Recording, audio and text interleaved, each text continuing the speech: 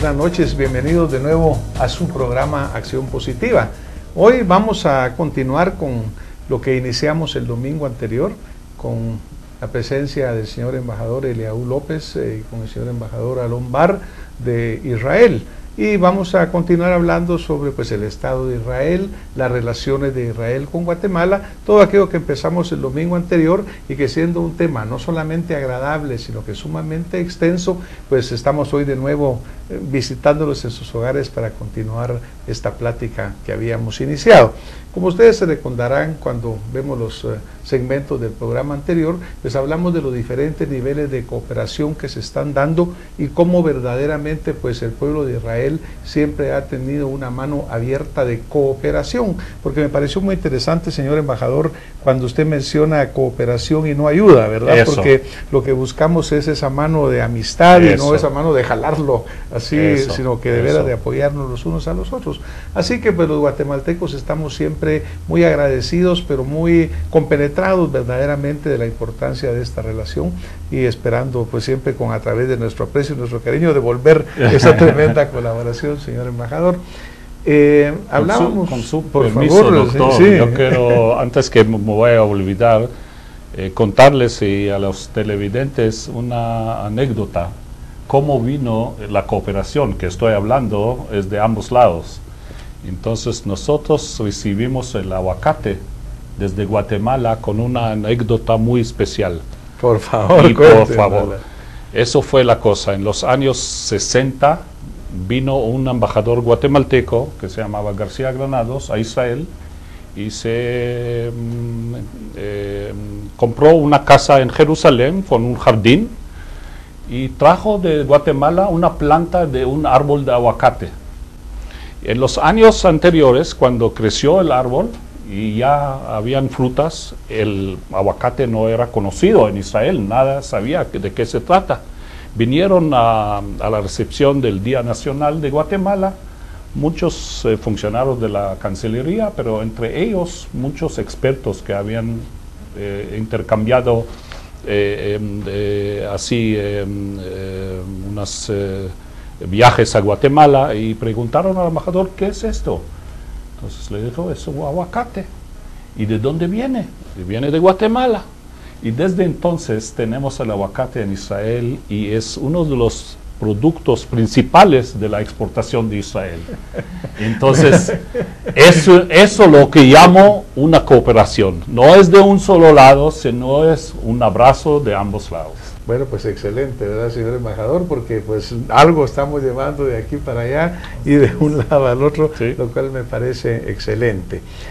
Volviendo un poco al tema de lo que habíamos empezado con usted, señor embajador, sobre el hecho, digamos, a mí me gusta mucho un mensaje que envía el señor Shimon Peres al pueblo judío con motivo del Año Nuevo, hace 2 años, fue en el año judío 57-69, y me recuerdo que en ese mensaje él señala cómo un país tan pequeño como es Israel tuvo que encontrar no necesariamente recursos de la tierra o recursos naturales, sino que también buscar en el espíritu, buscar en la fortaleza, buscar en la decisión algo más, ¿verdad?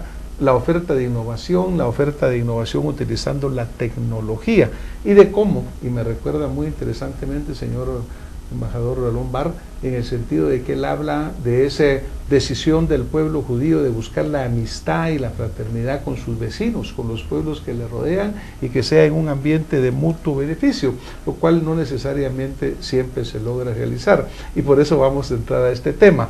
Interesantemente me comentaba el señor embajador de que el 11 de agosto el señor Shimon Peres llegó a cumplir 87 años. Así que pues, aunque sea un poco tarde, le aprovechamos a enviarle un saludo en nombre del pueblo de Guatemala.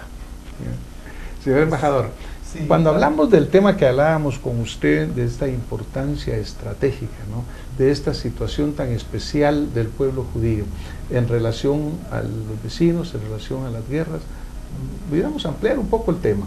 Sí, a mí me toca siempre hablar a asuntos que aún son un poco menos positivos a veces. El asunto estratégico, la existencia de Israel con un conflicto que a veces se convierte en un conflicto armado, que esperamos que sea muy raro, pero así se convierte. Entonces, en la semana pasada hemos hablado un poco de la necesidad de mantener este equilibrio que puede mantener y buscar las relaciones de paz y el diálogo con nuestros vecinos. Pero hay dos amenazas a esta situación equilibrada. Uno es la forma de coalición de fuerzas liderado por Irán, de muy extremo ideología, usando el terrorismo de suicidios para mantener una coalición que quiere que Israel desaparezca de esta región. Este terrorismo ha adquirido algunas características que no son conocidas, que son muy diferentes de la característica del terrorismo clásico conocido en Guatemala, en cualquier país latinoamericano también. Y es poder tener fuerzas, por ejemplo, en el caso de Hezbollah en Líbano, o de Hamas en las territorios de las autoridades palestinas, autoridad palestina, que es más fuerte del legítimo gobierno en esta misma región. Tener misiles de distancia de cientos de kilómetros, tener raquetas, tener vehículos sin piloto, vehículos aéreos sin piloto, y cantidad de financiamiento, cantidad de munición, cantidad de armas, que no es característico de una organización terrorista.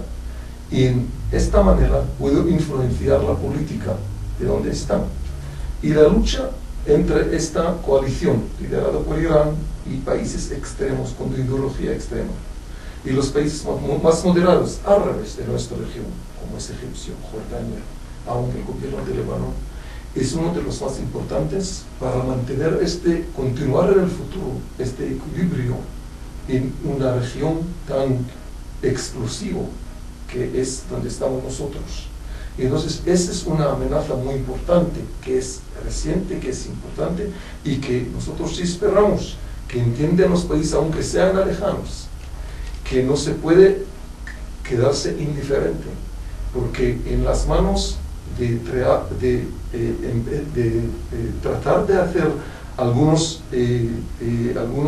grupos pequeños en diferentes países, también el área de Centro y Sudamérica no es tan lejano.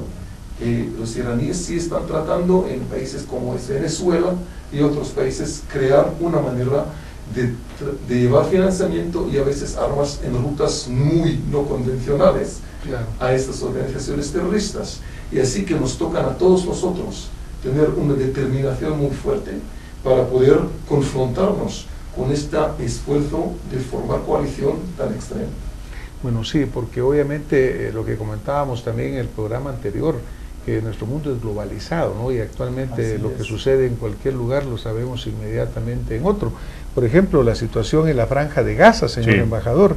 ¿Cómo visualiza esta situación que en este momento pues está en los medios y hay controversias en pro, en contra? ¿Cómo lo visualiza el gobierno de Israel? Mire, doctor, la situación en la Franja de Gaza es, yo creo, una de las amenazas que tenemos el Estado de Israel, porque el pueblo palestino está dividido entre la Franja que es de Gaza, que está dominada por la organización de Hamas, organización que está que su declaración formal es que Israel no tiene el derecho de existir como un Estado. Y era lo que usted comentaba hace un momento. Y esa es una declaración que está aportada y respaldada por Irán también, y que Israel tiene que tenemos que borrarla de la mapa. No hay medios de negociación con esta gente, son enemigos nuestros y no vamos a tener ningún contacto con ellos. Del otro lado del pueblo palestino tenemos la autoridad palestina, que es, digo, más moderada y piensa que el diálogo hay que hacerlo y que vale la pena, porque van a lograr, en fin, tener un Estado libre, vive al lado del Estado de Israel. Pero eso es problemático porque el pueblo está dividido entre dos grupos, estos fanáticos y moderados. Y nosotros, Israel, tenemos que manejar las cosas entre un pueblo, un solo pueblo, que está dividido por estos dos sectores. Claro, y es problemático, ¿verdad? Porque una pregunta, señor embajador, por ejemplo, cuando usted lo describía, el señor embajador López, la situación de la Franja de Gaza, ¿no? Y que jamás ha llegado a controlar esto, pero entiendo que aún políticamente ellos han logrado colocar gente en puestos políticos, ¿no? Entonces se vuelve como que complicado, como... Es precisamente las características que son un poco diferentes. Es cuando uno tiene fuerza armada, que es más fuerte del gobierno legítimo, también con tiene una influencia política.